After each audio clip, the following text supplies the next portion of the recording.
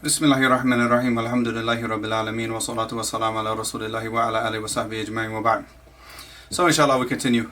So now in the previous two videos, so first off, the first video was dealing with the 90 days that I spent in jail, and then after that I got out, and of course it was a small period of time. It wasn't maybe from I got out at the end of January 31st, January 31st, heck of the 1998. My mother, she ended up going to jail sometime around, I want to say July, something like that. It was during the summer, because that year we had like wildfires in Florida. It wasn't raining, so by that time she had already gotten, when we had the wildfires, she had already gotten out on bail. So that was like in the heart of the summer. So it's actually kind of before the summer, a little bit before the summer. I would say maybe May, something like around that time. So it wasn't that long. Like, I mean, I got out in January. And maybe I was out maybe 2 or 3 months, and then my mother got arrested, and then she got locked up. So like I mentioned, I went and I visited her. So then the tables now turned. So eventually, I'm assuming, I don't know all the specifics, and I never asked my mother because I was too busy at this time. I'm busy like right now. What am I gonna do now? My mother's locked up, and so me and my grandmother, we didn't have a good relationship. So I knew, like, I knew my mother was probably more than likely, no doubt, gonna go to jail for the thing that she did. So I was just basically just buying time and just trying to get ready, because I know that eventually my grandmother's gonna say get out the house. She's gonna kick me out. Eventually something's gonna happen. Because she'll just look for one thing, and then I'm gone, right? So basically she got bonded out. So she was out on bail. And at this time that she was out on bail, she just doesn't even care. Like she just stopped caring about everything. So like basically like the majority of the time, if I was home, I would, like, at that point, I mean, it was like my mother, she just stopped caring. I mean, I'm serious about anything. So I could literally sit in front of my mother. I'll be drinking and smoking weed and talking to my mother, and I could never do that before. Like sometimes we used to drink together. But the weed, not like anything like that, I could never do that in front of her. So, but it got to the point where she didn't even care anymore. So I mean, I would just sit there, I'd be smoking weed, drinking, and talking to her. Like we sit there and chat for like hours, and she go to bed, and I grab a book and start reading. So I mean, that was like how it went on until, like once she got arrested, the first thing I had to do is I had to go get a job, not just a job. I had to get jobs. So because I had just gotten out of jail. She had an ex-husband, a Filipino guy, which I'll go over this like later in later videos as far as like my youth and everything like that. But she was married to a Filipino guy. She's married to two. I had two Filipino stepfathers growing up. So my whole life, like up until I entered into high school, up until like about 13, close to 13, I was raised by the Filipino guys. So. I was eating chicken adobo, pancits, and that was the food I eat. I didn't, I grew up like a lot differently. So along with time, so he started coming back around, and when I was getting out of jail, he told my mother, he said, "Look, I got an extra car. I don't use the car. You could just give him the car. I don't want it. I don't want anything for it. Just give it to him so he has a car. He can get a job and start moving around." So I ended up getting that car for free. It was like a 1984 Buick something. I can't even remember. I could probably look it up on the internet or something. But it was an old car, right? But it ran, it was a decent car, it did the job. As long as you took care of it, alhamdulillah, it functioned properly. So I went and did everything I had to do with that, like getting the tags and getting all that stuff set up. So I had a car, and then I could move around. So the first thing that I did is I got a job doing construction. I ended up getting 2 jobs. The first job I got was doing construction, because the girl that I was with at the time, she had a friend whose sister was engaged to a guy who had his own construction company. So he said, "Yeah, you can come work with me, no problem." So I said, "Okay, let's go." At this time, I'm just like out of jail.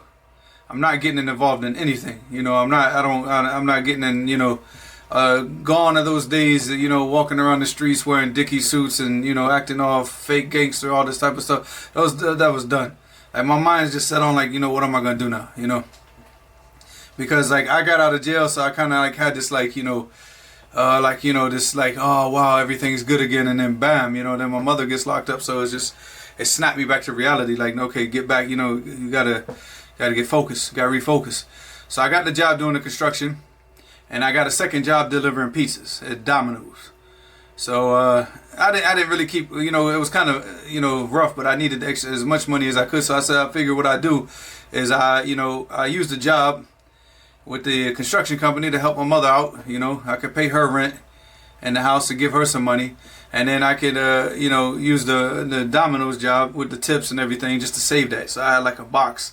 I was putting, like, I come home every night, put the tips in this little box and put it under my bed, you know, my little piggy bank type thing.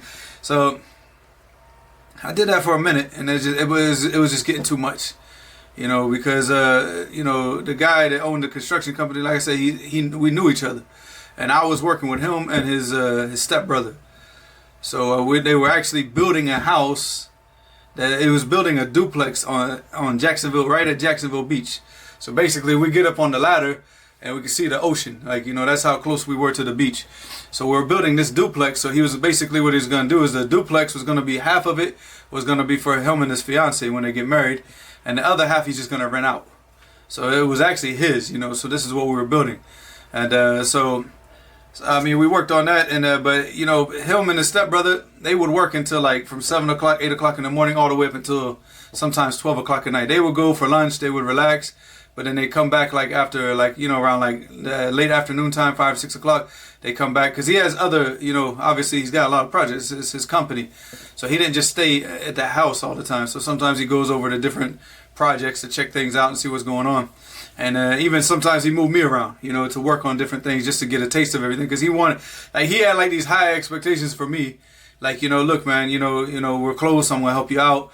You know, I'm gonna get you a car. I'm gonna get you a phone. You know, not this car. Like, I'm gonna get you a proper car. We're gonna get you some good tools. You know. So, you know, and this is the one thing that I always notice is that throughout my whole life is that people were always trying to help me. Even the kuffar, they were always trying to help me. Like, Allah subhanahu wa ta'ala always put people there to help me. But it was just, I was so ungrateful. You know, I was so ungrateful.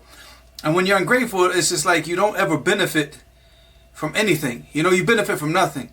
The only way that you can truly benefit from all these blessings that Allah subhanahu wa ta'ala gives you is you got to be grateful. You know, you have to, when you know it and you know that that's a blessing, you have to be grateful. You have to be thankful to the people. Because even the Prophet sallallahu alaihi wasallam said, La yashkurullah man la yashkurun nas. You know, the person who doesn't thank Allah, who doesn't thank the people. Because Allah subhanahu wa ta'ala made them a means for you to get that. The ultimate is from Allah. Allah subhanahu wa ta'ala, He's the one that gives you all these blessings. You know, everything that you have in this life is from Him. So that's the ultimate. It goes back to Him. But Allah put these people here as a means, and they gave you out of they're helping you. They're taking their own free time to assist you and help you.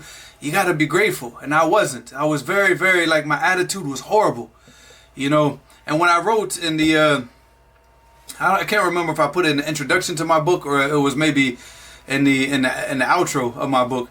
And when I mention that, it's just like Allah subhanahu wa ta'ala continues to guide me, but I'm just like, I don't know why. I never knew why, because Allah subhanahu wa ta'ala always put me in a situation where put me in a situation where bring me back to Islam, and I kept running away and being so ungrateful. You know, and this is what happened. I had this perfect opportunity. You know, all I had to do, you know, was just stay on the, straight path. Don't get involved in drugs. Don't get, at this time I'm not drinking because I got to work every day in the sun. So I only drink on the weekends if I'm like, because I got days off. Whenever the weekend comes, then I'll sit back and relax. But at this point, I wasn't doing anything. I wasn't smoking weed. I wasn't drinking, wasn't doing anything. So all I had to do was just continue doing that. Everything he told me, he said, look, he started me off with one of the highest, I think he started me off at that time at $10 an hour. Now this is 1998.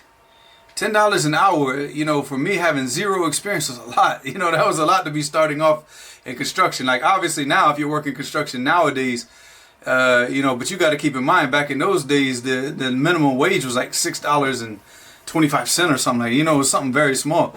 So for somebody to start you off at $10, and he's telling you like right away, like, look, I'm gonna get you a car. You're gonna have a company car, a truck, like a proper like Ford truck.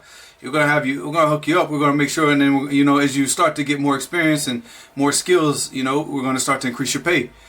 So eventually you'll be making $25, $30 an hour. But just be patient. Just work with me and try to learn as much as you can. and they were very, very, very patient. But you know, you got to keep in mind that I was a loser. At this time, I was a complete loser. You know, I had no discipline. I had no self-discipline. But this individual, this is his company. And I'm telling you, I used to work with this man side by side. And this man worked harder than all of us. And it's his company. He's paying us, but he's working double like what we're working. He never tired. He never took breaks. He never relaxed. And when he did leave, he was going to another job site and he was working there. And I just watched this and I'm like, but I'm just like most people in the West, most people in the world nowadays. I just want to go there. I want to like, okay, time's up. I do the bare, just exactly what I need to be doing that day. And I go home. And this is what I want to focus on. And that's that loser mindset, where you have an opportunity now, where he's already told you, look, just learn, sit back and learn this. So if a person's going to give you that type of opportunity, you should really put in every effort to learn as much as you can and to benefit as much as you can and to show your dedication and loyalty to that person, to be grateful. You should always be loyal. The person's helping you out. The person's taking this. He took a chance with me. He didn't really know me. He just knew me because I used to go over to the house with his, because his fiance's sister. I knew her, and I was always at their house. He doesn't know me, but he took a chance. She said, "Look, he's really, he just got out of jail. And he said, okay, I got you, and he did. He looked out for me. But like again, I was just a loser. I was a very, very, very, very bad loser." And that's what I'm trying to tell you. Like, this whole thing about seeking knowledge and everything. Don't think like, I'm not going to give you this type of story that I was like, this type of, prodigy child. And, I came up and I was just like, everybody, I was like the angel in the family, the honest one. No, I was a loser. I was a loser. I just could not keep straight. I kept falling back into like drinking and drugs and all this type of stuff, and it kept destroying my life. And then this is what happened. So like at this point, I'm like, everything's going good. And you got to keep in mind that this type of person, he's a hard worker. And hard workers, they have a certain type of mentality where they don't play games. This is his business. He's not going to play games. So there were times that he was very cool. And there's times that, he kind of like, had this, this like a Michael Jordan type attitude, where it's just like, you want to, like, come on, man, what are y'all doing? Y'all lazy, and I was always that type of person. I didn't like people telling me what to do because I was a loser. If I'm not, if you have the right mindset, you realize that, the only reason why people are telling you what to do is because you're not doing what you're supposed to be doing. If you take the initiative and you do the things that you have to do in your life, nobody's ever going to tell you what you need to be doing. But the fact that somebody has to now tell you what to do, it means what? You're not doing what you're supposed to be doing. But us, because we have this type of mindset, like, oh, you can't talk to me like that.